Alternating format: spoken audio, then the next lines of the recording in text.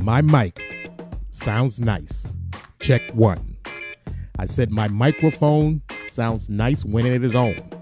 Check two. Welcome to another episode of Beyond the Rim, the podcast. Hashtag BTR. And I am your host, the Dudster, Nestor Dudley. And tonight, my guest is the president of Malden Overcoming Addiction, Paul Hammersley. Hammer time. Say hello to the peeps who happen to be streaming us right now. Nestor, it's an honor to be on your show. I can't thank you enough for asking me to come on and talk about Malden Overcoming Addiction. I'm really looking forward to it.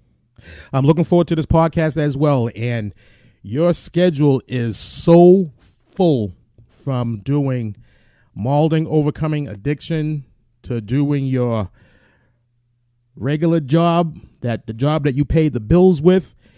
And it took us several months to try to get this podcast together. And I would like to know, brother, before we get into this podcast, when do you sleep? Yeah, it's you know, I get my rest, but it's pretty much like you said. You know, this Malden Overcoming Addiction has really 3 years ago when we tried to when we got together and thought about what we could do in the community to try to help folks struggling with addiction. We had no idea what it was going to turn into, and it's been 100% volunteer work.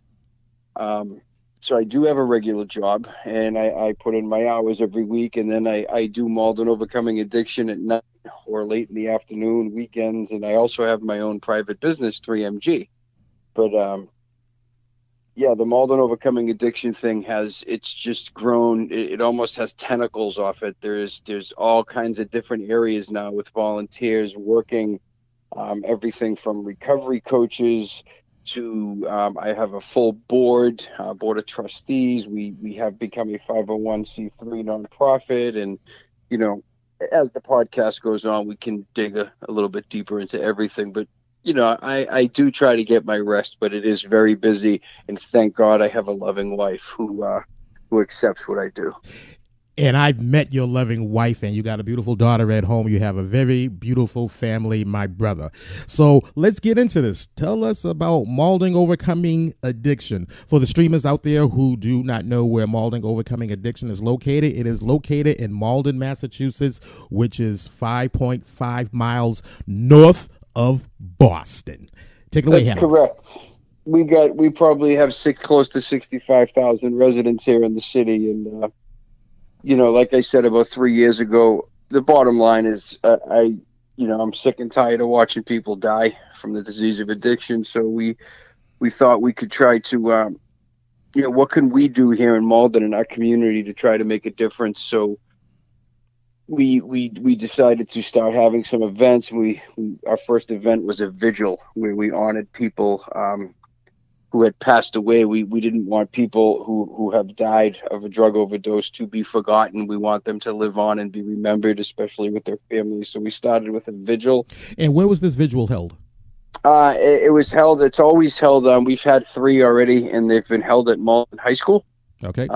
So what we do is everybody meets on the high school steps, and it's around the month of October, usually this week of October, and we march around with candles around the high school. And if it's raining, we go inside the gallery, and if it's not raining, we have it in the courtyard, and we show pictures of all the people we've lost. We have some speakers come in, and and I have to talk about it. Everything starts at the top. So Mayor Christensen, Senator Lewis, the police chief Kevin Molis, we have the support of the whole city, and everybody's on board and trying to help Malden Overcoming Addiction thrive and prosper. We're trying to get the community the resources that they need. So, that was the start of it. And we continued we have 6 running events. We have Malden Overcomes Day in August. We have the Vigil in October. We have Celebrate Sober in January. We just had Stop the Stigma Day. That's in April. We have 2 fundraisers in between all of this. So it's it averages out to every 8 weeks we have a major event. to spread awareness, prevention, education on the disease of addiction. I was not aware that you're having an event every 8 weeks, throughout the year, correct? That's what it works out to be, because there is there's six of this. There's 5 events that we do for the city, and now we just threw in 2 fundraisers. So actually, there's 7, and we're volunteers. And as you can imagine, for every event, it takes a lot of planning, a lot of strategizing, a lot of people are involved, and everyone is volunteering. So, and also on top of all of that, we've run 3 recovery coach academies in the past year. So now that's 10 events that we've run in the past 12 months. What does it take, Paul, to become a recovery coach? To become a recovery coach, so that's a great question, because a lot of people get confused. It starts with something called the Recovery Coach Academy, which will get you a certification of completion. That's 30 hours of intensive training over the course of 5 days. Either 4 or 5 days, however that particular trainer wants to work it. They can do 4 10-hour days, however they work it. But you end up walking away with a certificate of completion. Now, what that allows you to do, that allows you to coach, but you're not a certified addiction recovery coach, which is called a CARC, C-A-R-C, which I went and did that. So I am certified. So what that means is, other than just taking the academy, there's 5 to 7 other trainings you have to take to get. They're called CEUs, sort of like credits. And you have to get the CEUs. You have to put in 500 hours in the field, working in the field of addiction coaching. You have to have some supervision. Someone has to sign off on your hours. So there's a bunch of things you can do to get your CARC. But you can, just by taking the academy, work as a recovery coach, as long as you're being supervised and pushing towards your goal. And it took me about 14 months to get my certification. Wow, 14 months. So 1 year, 2 months. How many recovery coaches does MOA have at present time? So we've trained 83, and again, we've trained 83 that have went through our Recovery Coach Academy. Okay. So, and we also have 5 supervisors, and we're currently working with 25. We call them recoveries, because we have a link on our website that if folks, some folks, a recovery coach, let's just start here. It's peer-to-peer. A recovery coach is sort of like someone's cheerleader. We call them the resource broker. So if somebody might be struggling with the disease of addiction, a recovery coach is there to help that person through that time where they're struggling. It's just we don't judge folks. We sit with you. We talk with you. If you need some type of assistance, if you need a detox, we can navigate that system for you. If you need sober living, we can navigate that. If you just want to talk, we'll talk to you. Our job is just to, how can we improve the quality of your life, and how can we help you just get through the day? That's a recovery coach job. It's really just meeting someone where they're at.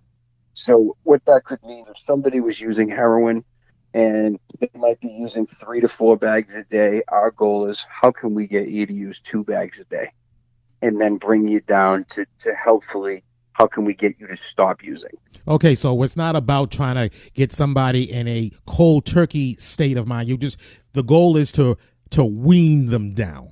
The goal is to meet them where they're at. If they don't want to stop using, my job is not to tell you to stop using. My job is just to talk with you and maybe say things to you like, well, gee, with your using, how is your job working out?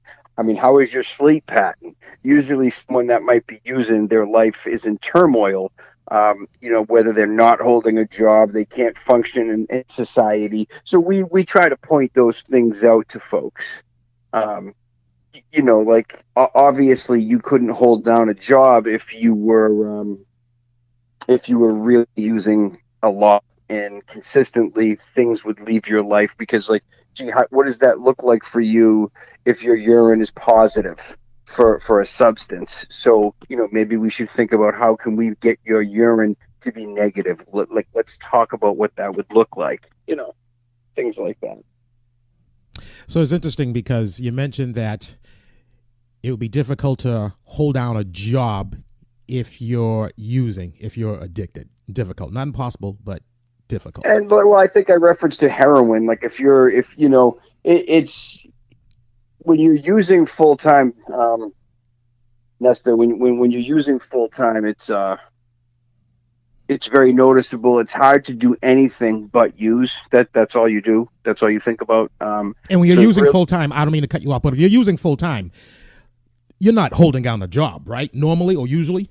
Some people can, because they need that money. But generally what happens is it takes a toll on your family, on your job, and then you basically end up alone because, you can't perform in a family matter at a work level. You can only perform in one area, and that, using is a full-time job. And one of three things will happen to you, and that's a jail, institution, or death. There's no way around it. So that's where the coaching comes in. We try to point all these things out and try to guide you to a better life and try to guide you to see it's promoting healthy living. Okay. It's promoting health and wellness. It's promoting the bottom line. It's just promoting a better way of life and how to function in society. You mentioned your website earlier. Can you give us that website address? Yeah, the website is MaldenOvercomingAddiction.com. And when you go there, there's just a series of tabs on there. Everything is there from, we have a show on Malden Access Television. It's called Overcoming Addiction. Every month we bring a different episode in what we think people might want to be interested in. Every single month, different topic, such as 1 month is Narcan training. 1 month we had Learn to Cope on for families, family resources. 1 month we had recovery coaches on. 1 month we had young people in recovery on. Every month is a different topic. We just are trying to educate, the city and beyond on the disease of addiction, and that we're here to help. And on our website, you can get a recovery coach. We also have a scholarship program for Malden residents only. If one of the main things, Nestor, is when people get out of a detox after 5 or 6 days, they end up coming back to the place they were 5 or 6 days prior to that, and the relapse rate is very high. Usually people need further treatment, and if you don't have the proper insurance or you can't afford to go to long-term treatment, you just end up going back home. And usually it doesn't end well for you. Usually, you end up picking up right where you left off. So we offer a scholarship program. If you fit our criteria, we have a form on our website. We will send you to sober living for the first 4 weeks. We pay for it. And in those 4 weeks, there are some things that you sign that you would do for us, which is we would assign you a coach to work with, and hopefully you have to find a job in the first couple of weeks of you being in the house. So on week number 5, our goal is to get you to start paying your own rent, so we could get 30 days under your belt that would pay for. And then hopefully on the 5th week, you have found that job. And then you need time to get well. So we're taking you at the 5 to 6 day mark after detox, and we're giving you a shot at life. We're going to put you in this house with sober people doing the right thing. We're going to try to help you find a job, and hopefully you can get back on track. Now, Paul, what happens to the individual that goes through this program, goes through this 5 days of detox, of clean living, of all the stuff that you had just said? What happens to this individual when this individual goes back into the area or the home or wherever that began them? Are you talking about after the detox? So let's start at the beginning. So a person realizes they might need help, and then they might call Malden Overcoming Addiction, because I do this all week long. What is the phone number? What is the phone number for Malden Overcoming Addiction? It's 781-838-2203. That's a direct line. That's my cell. Okay, thank you. Continue, please. Yeah, and I can get you right to where you need to be, whatever resources you need. We're pretty plugged in around the state. So basically, when someone needs help, they're looking for a bed, we can help you find that detox. Yep. And then it's up to you. So you have to take the next step. But again, the detoxes in Massachusetts usually run 5 to 7 days. Okay. And then you have a decision to make. And we really strongly recommend further treatment because you know, it's a really high percentage of folks. If you don't go to further treatment, it might even be in the 90 percentile that relapse, after 5 to 7 days if you don't choose to go to further treatment. What happens to the individual that goes to 5 to 7 days and then they get out and they said, 5 to 7 days, I'm good. I got it under control. I'm not going to relapse. Maybe I'll potty now and then, but I'm good. I don't need further treatment.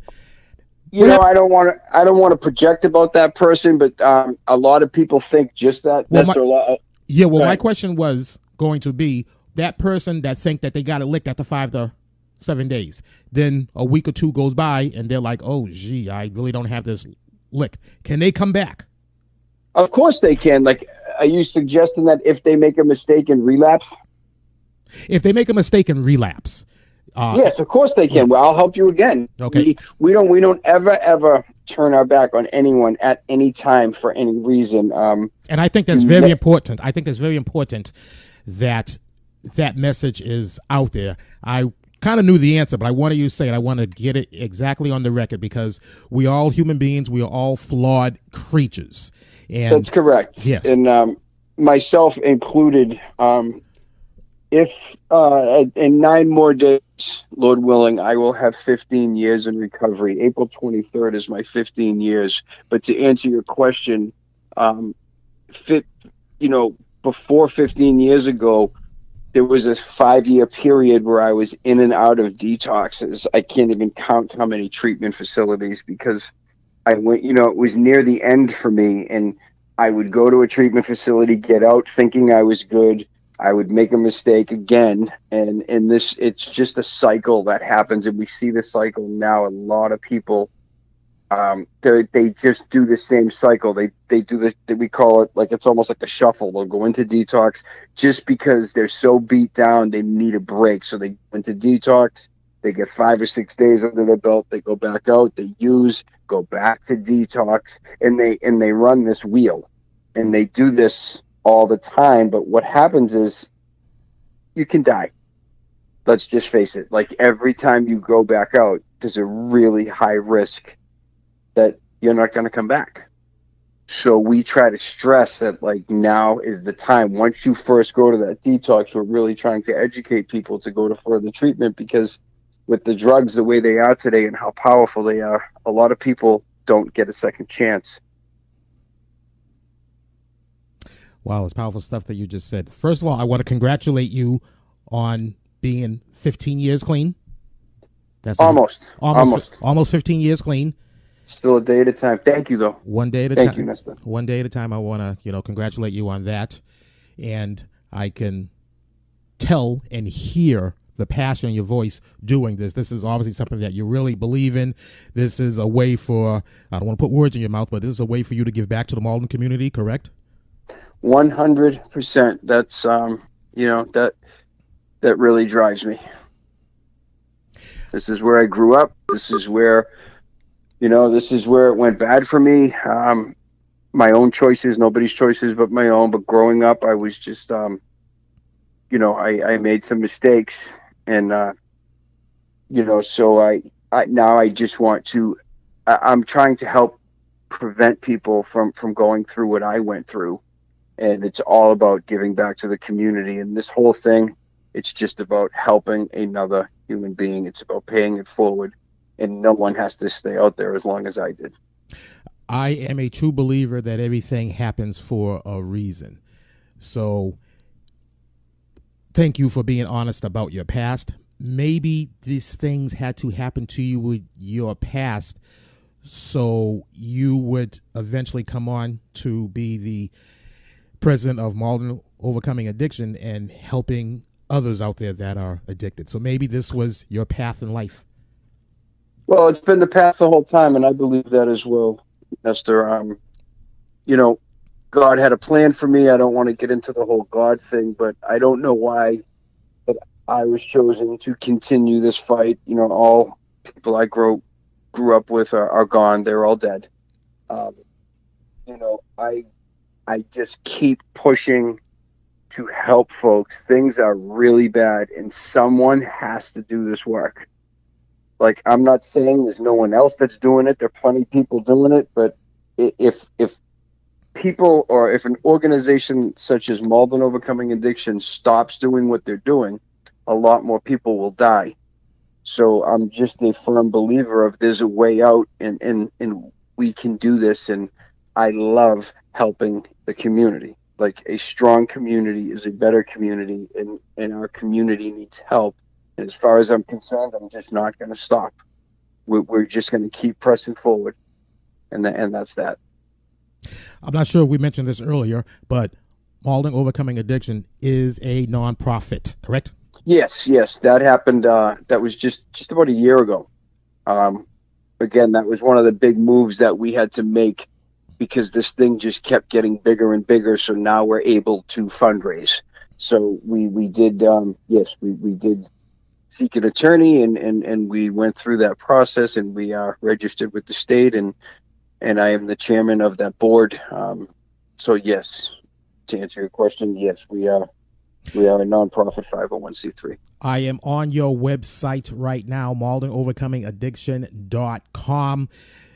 The menus you have up there: upcoming events, latest news, resources, recovery coach, and donate. I want to emphasize donate. So all you streamers out there, if we've had said something thus far that piques your interest, go to MaldenOvercomingAddiction.com. And this program is a nonprofit 501c3. Any type of donation, big or small, would help this organization. So, Paul, I just gave you a plug. Thank you, Nestor. Again, the work we do, if you're listening and you heard all the events that we do, 2 years ago, these events that we were doing and all the work we were doing, there was 5 core members that were emptying their checking account, including myself. And then we would try to raise money to pay ourselves back. And so, now we're much bigger. So we run fundraisers, and the fundraisers that we have been running, thank God, have been paying for the events, but we don't have much funds. We are just a small cog in the wheel, and we always need more funding. So if people,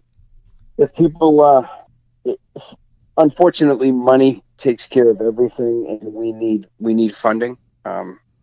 So yes, if anyone would like to donate, they could donate right on our website, and we would really appreciate it. But 100% of the proceeds just goes back into fighting the disease of addiction. A lot of it goes to our scholarship program. Like I said, it costs us about $1,000 to put somebody into sober living, and this year we're very proud to say in the past 12 months we have put 6 people through sober living.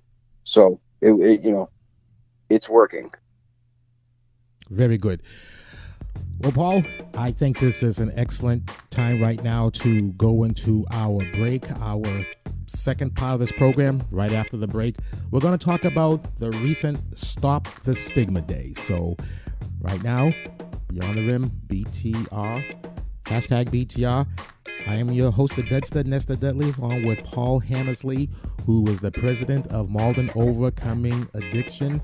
And after we come back from this break, and this break, matter of fact, is going to be a production from the Malden High Media. Production of Malden High Media about Stop the Stigma Day. So we will return on the other side of the break.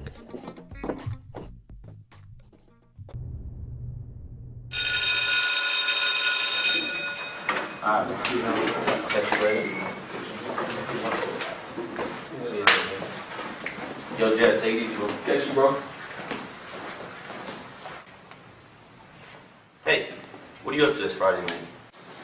I don't know. I just have a couple of things to take care of. Alright. Why don't we hang out? Go to that party that everybody's talking about.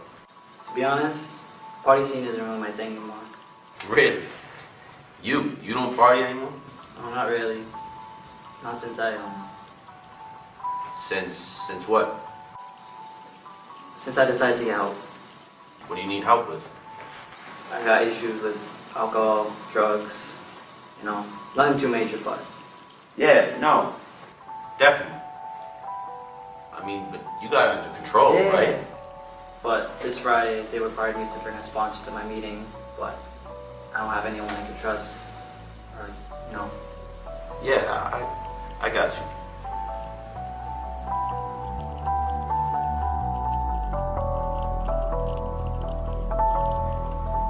Whoa, I wasn't expecting that.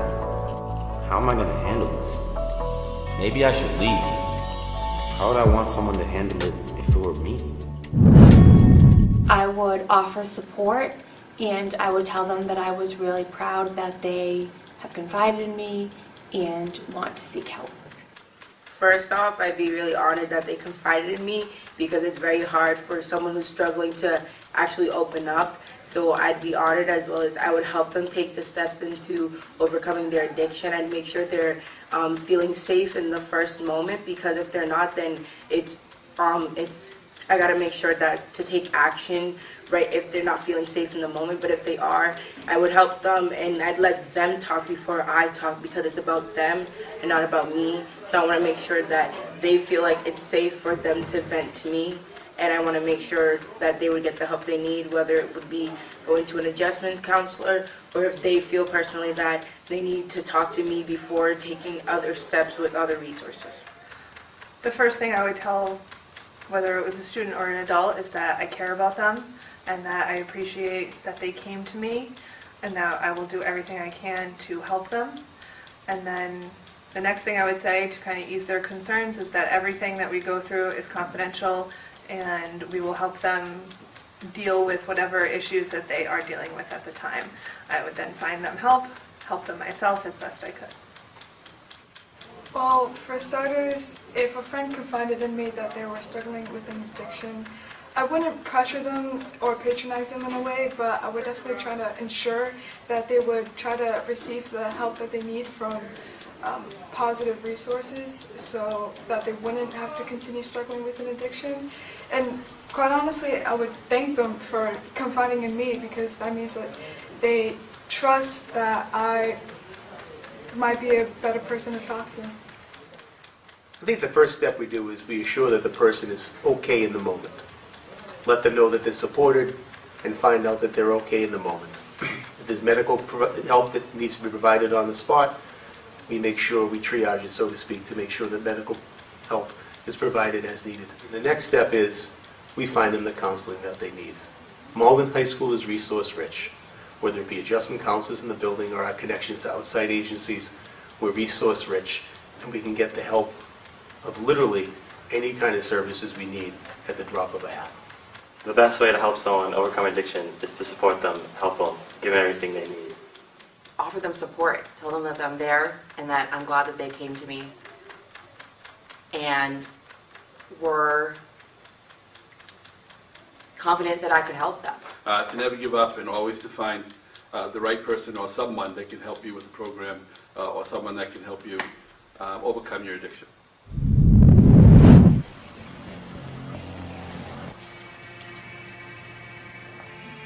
Well, I'm free Friday night. What about the party? What about it? I mean, I wouldn't want you to miss it. I'd rather go with you. Why can't I be your sponsor? I want to see you through this, because if anything were to happen to you, I would miss you a lot more than I miss any party. Thanks, man. I got you, bro. Let's go.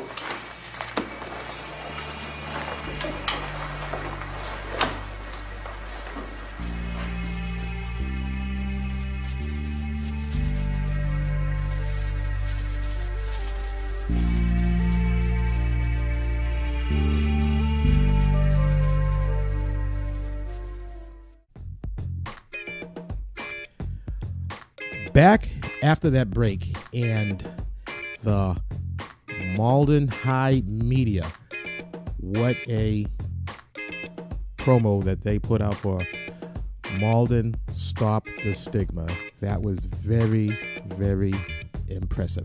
Back here, Paul Hammersley, the president of Malden Overcoming Addiction. Paul, let's talk about the video that the high school media put together.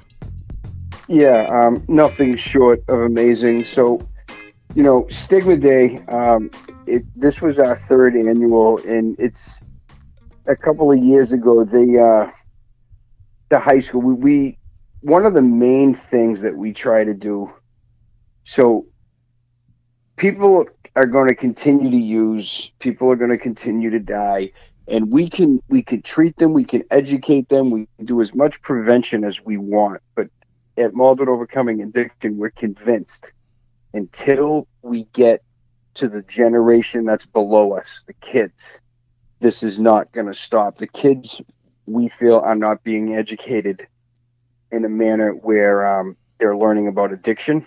So I think health class is a big part of it.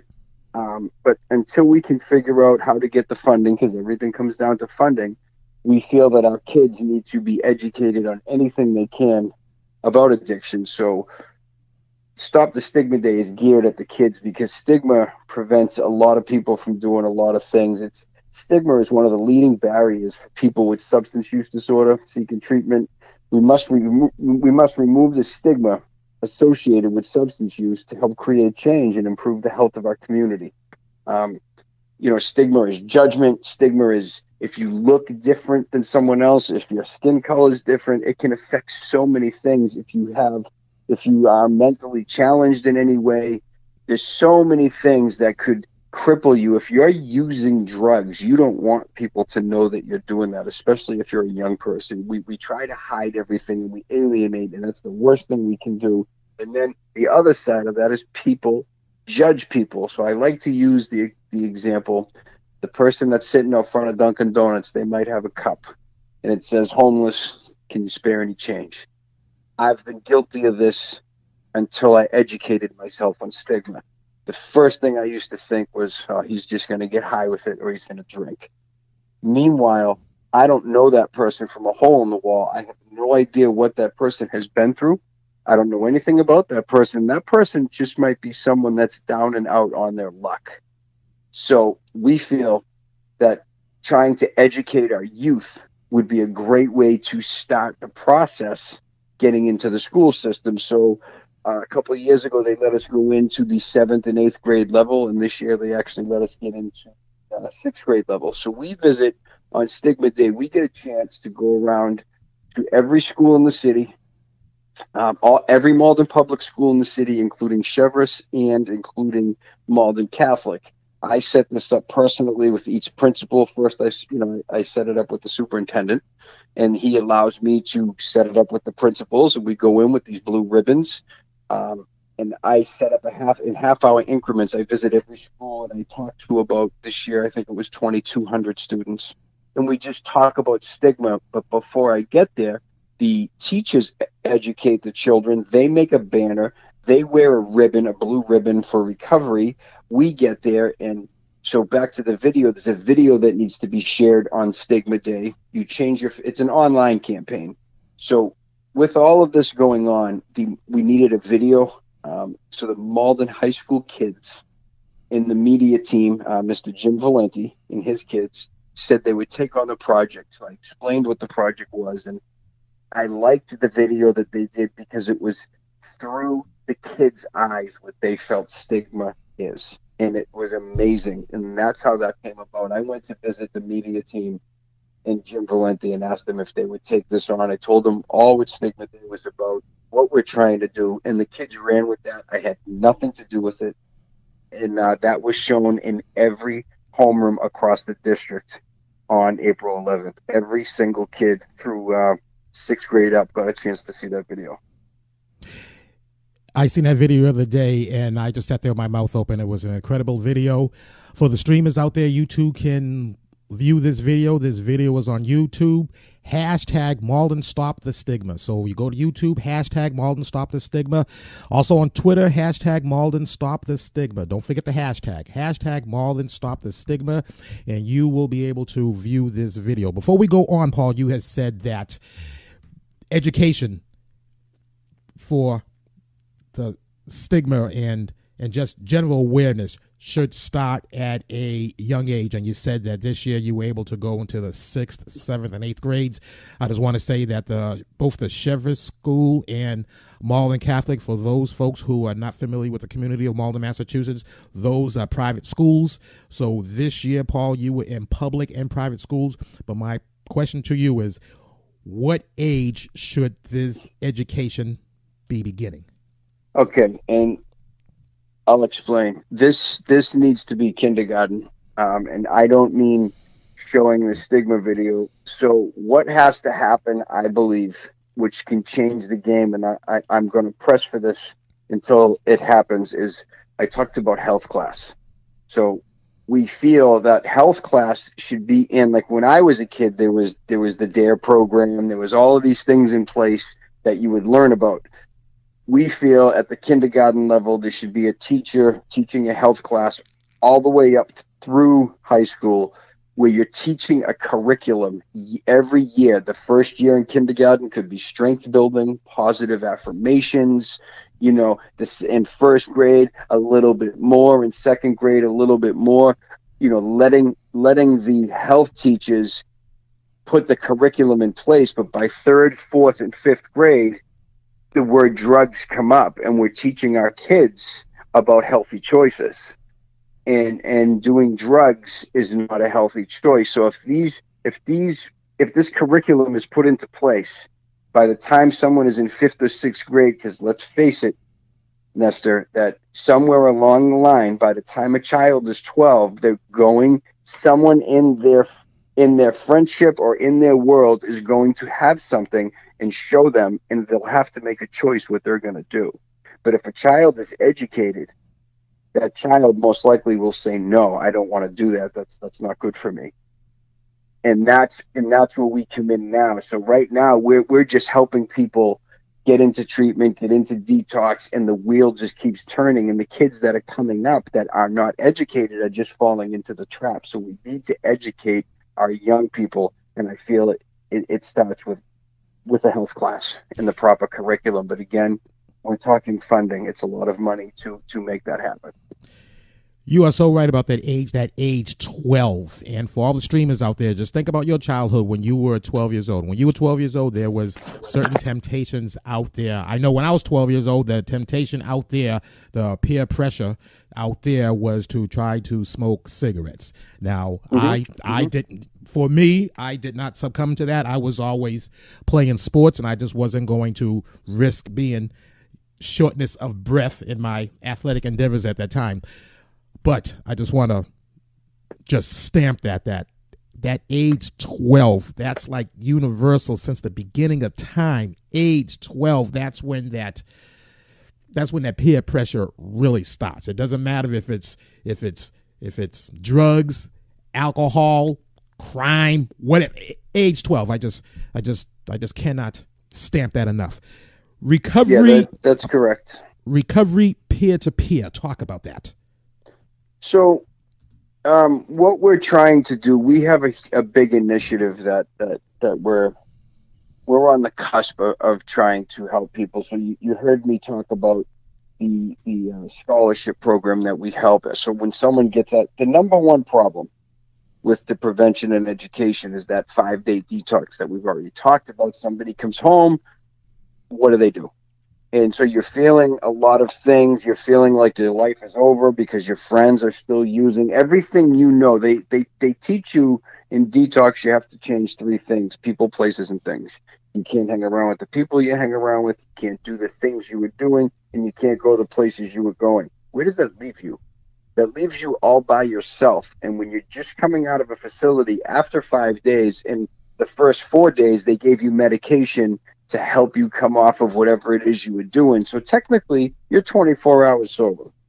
You're in a bad spot, and you have nowhere to go, nothing to do. So what we're trying to do is we're trying to bring a recovery center, a peer-to-peer recovery center to Malden. And we're really close to doing that. And just so I can reiterate, a peer-to-peer recovery center is not a detox. It's not beds. It's open at 8 or 9 a.m., closing by 10 p.m. It's a resource center. It's a place for folks to go. And in this center, there will be job training, resume building. There will be resources. There will be computer classes. It's going to be a place where people can come and kind of bring themselves back into the world. So someone that might have been using for 10, 15 years, they kind of disconnected with the world. Their skills need a little refresher.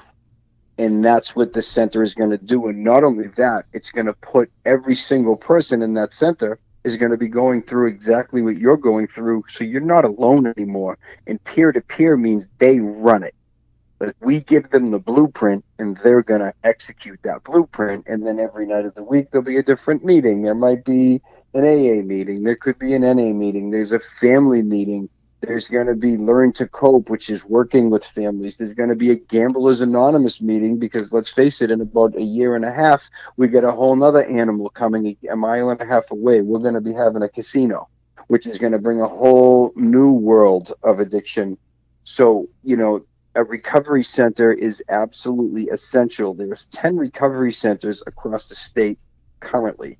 And in each one of those communities, there are proven numbers and facts that crime is lower, that overdose rates are lower. It's better in those communities where those centers are than a community that doesn't have one. And the closest center to us on this side is in Lawrence, which is about 25 miles away. So the center we're proposing here in Malden would service Malden, Melrose, Somerville, Medford, Revere. We have 12 communities that could potentially put this center to use, and we've identified a location.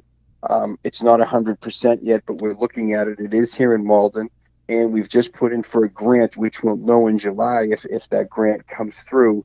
But this is a major breakthrough if we can, if Malden Overcoming Addiction can pull this off.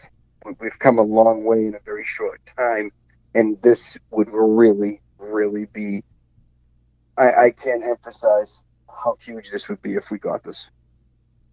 Certainly 3 years is a short amount of time, but you have come, and this organization have come very long way in 3 years.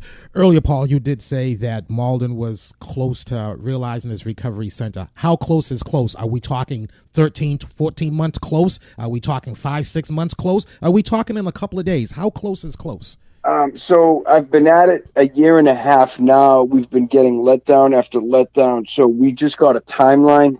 If the grant is accepted that we just put in for, there's 3 other partners, which I will be at liberty to say in July. Okay. So I'm going to know the answer. I'm going to get a yes or no answer on the grant in July. If we get a yes answer in July, we have 90 days to execute.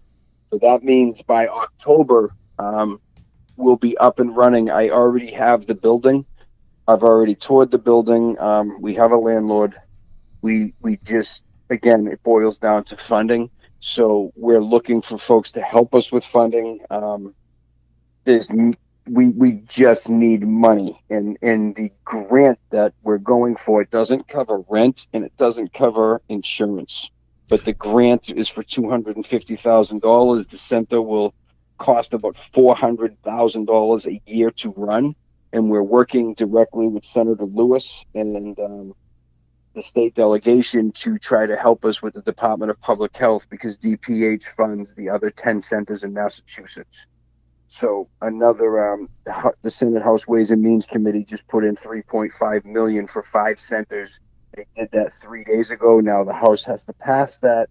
That's another avenue we're looking at. This particular grant isn't from the state, it's from an outside source. So if we can just get the doors open, we're convinced that we're going to be able to sustain it. But we're looking at, I don't know, I'd say 6 months from now, hopefully. But if they say no to the grant, it'll get pushed back. But I'm convinced it's coming no matter what. The timeline is, I'll know exactly in July.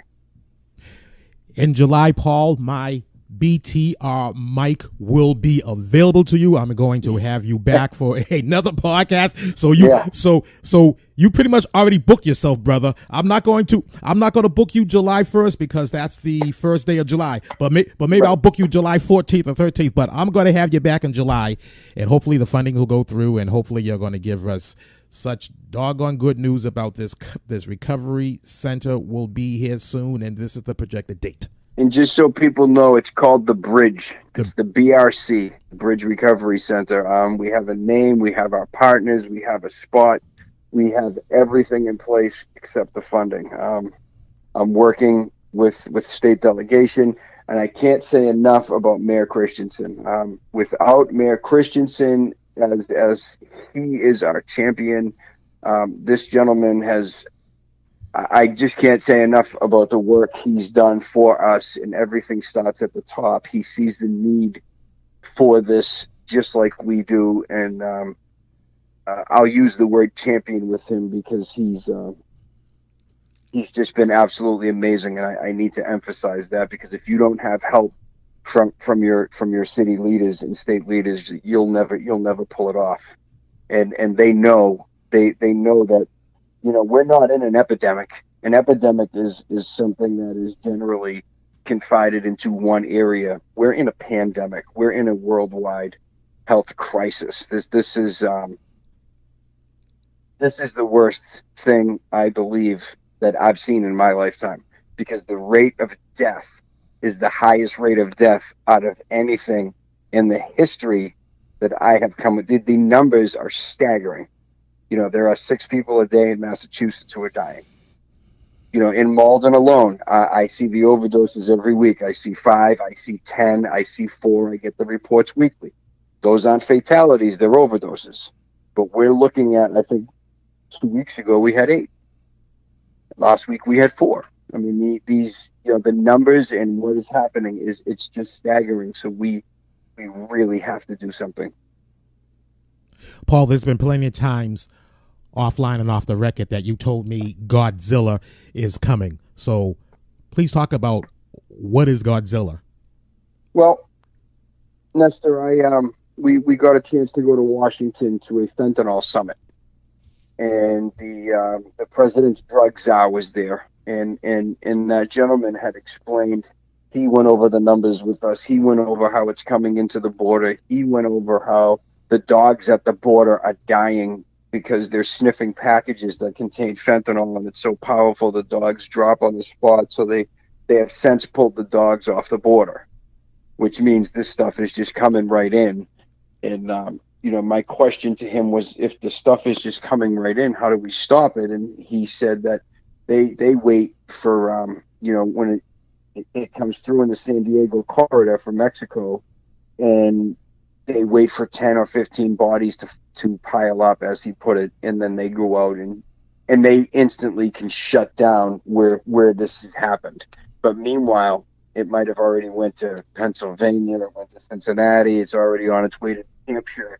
So we are in a huge, huge crisis. And what he said to me when I asked him about the numbers, he said, if you think it's bad now, Godzilla is not here yet. These numbers are going to get so much worse. He said, give this 3 to 5 years. And so he put it in terms that I tell people a lot. You mentioned cigarettes. So if you can wrap your head around this, he said that, you know, in the 20s and 30s, cigarettes started, you know, 9 out of 10 people smoked. Now you're into the 40s and 50s. And what had happened by the 60s was they figured out something called secondhand smoke, and people were getting sick, and people were starting to get what they call lung cancer, and people started to die. And people were getting sick at an alarming rate from cigarettes. So if you just look at cigarettes, now by the time the 80s and 90s came, all the commercials were coming out. But before the 80s and 90s, I don't know if you remember, but all I saw on TV was Joe Camel, the Marlboro Man. They were making this stuff look really attractive. Now today, by the year 2000, you can't smoke in any restaurants. Now we're into 2018. 9 out of 10 people really don't smoke anymore. But it took a generation of research, people dying, and he said that's exactly what's going on with this. In 2014, fentanyl hit. We're 3 years into something. He said to me, you'll be dead, your kids will be dead. Their kids will see the change. It's 2 generations, the same thing as cigarettes. That made sense to me. That was something that made a lot of sense to me. That makes sense to me as well. Wow. So yeah. So only 3 years in, and we're 3 years into the fentanyl. Now it's 4 years, and since fentanyl hit, if you look at the numbers don't lie. Just Google it. They're astronomical, and this is just getting worse. It's getting worse by the day. So, I don't see a change coming right now, but if we as people and as human beings can say, okay, maybe we'll cut this funding, cut that funding, we'll get health classes in. If we start, it starts and ends with the kids. Yes. With that generation. That's where this starts and ends. They need to be educated because they're going to be the ones that shut this down. Not us. It's going to be them. And when the kids are coming up, somehow they have to be taught not to, by the time they're 11 or 12, when Johnny flicks that bag and says, yo, Timmy, check this out, try this. Timmy needs to have that education and say, you know what? No, I'm good. So that's what we have to do. We have to educate we have to educate the kids and deal with the problem now for the adults. And that's a recovery center. I'm convinced a recovery center is going to bring the numbers down, but we still need to educate our youth. It's all about the youth. The youth of the future. Let's face it, it's always been that way. We need to focus on the youth. Focus on educating the youth and also hopefully having a recovery center in Malden, Massachusetts sooner rather than later. Those are two good things. Once again, Malden, Massachusetts is located 5.5 miles north of Boston. Paul, this hour has flown by, so within this last minutes, anything that you want to get out there? Yes, really quick. May 3rd, we're about 3 weeks out. We have our hashtag annual comedy fundraiser. It's the hashtag Together We Can fundraiser at the Irish American. Tickets are $25. We need to pack that room. Last year we had over 300 people there. We're asking folks to come down, spend a night of laughter with us, raising money for Malden Overcoming Addiction. We want to see the whole community there and just sit with us for an evening, learn about addiction, and then laugh with the comedy show. Please join us. We need you. Repeat that hashtag, please, brother. It's May 3rd. Yes. And the event is hashtag Together We Can Comedy. It's hashtag Together We Can Comedy Fundraiser for Malden Overcoming Addiction. Irish American. It's all over our website. It's on our Facebook page. And again, Malden Irish American, 177 West Street. Please come down May 3rd. Get yourself a ticket. Come in, have something to eat, and just laugh with us. Paul, thank you for being a guest on this program. I really enjoyed this podcast. This has been a lot of information given. This will not be the only podcast I will have you on. Next podcast I'm going to have you on. It's going to be July. We already booked the month. So, Paul, what's the phone number again to get in touch? 781-838-2203. That is the phone number. Paul Hammersley. His Twitter handle is at Mr. Hammer Time. The email address he can be reached at as Malden Overcoming Addiction at gmail.com. Facebook, the organization, Facebook, Malden Overcoming Addiction. Instagram, Malden Overcomes. Snapchat at Malden Overcomes. YouTube, Malden Overcome Addiction. Twitter at Malden Overcomes. Check it out, tweet it out, retweet, support. Again, Paul, you're doing fantastic work. Thank you, brother, for all you are doing so far. Thank you for giving back to this city of Malden. Nestor Dudley, it's been a pleasure. Thank you for having me on. Beyond the Rim can be streamed on your favorite podcast app. Download us, Beyond the Rim, on iTunes. Subscribe to Beyond the Rim YouTube. Visit our website, brand new website, btrmic.com. That's btrmic.com.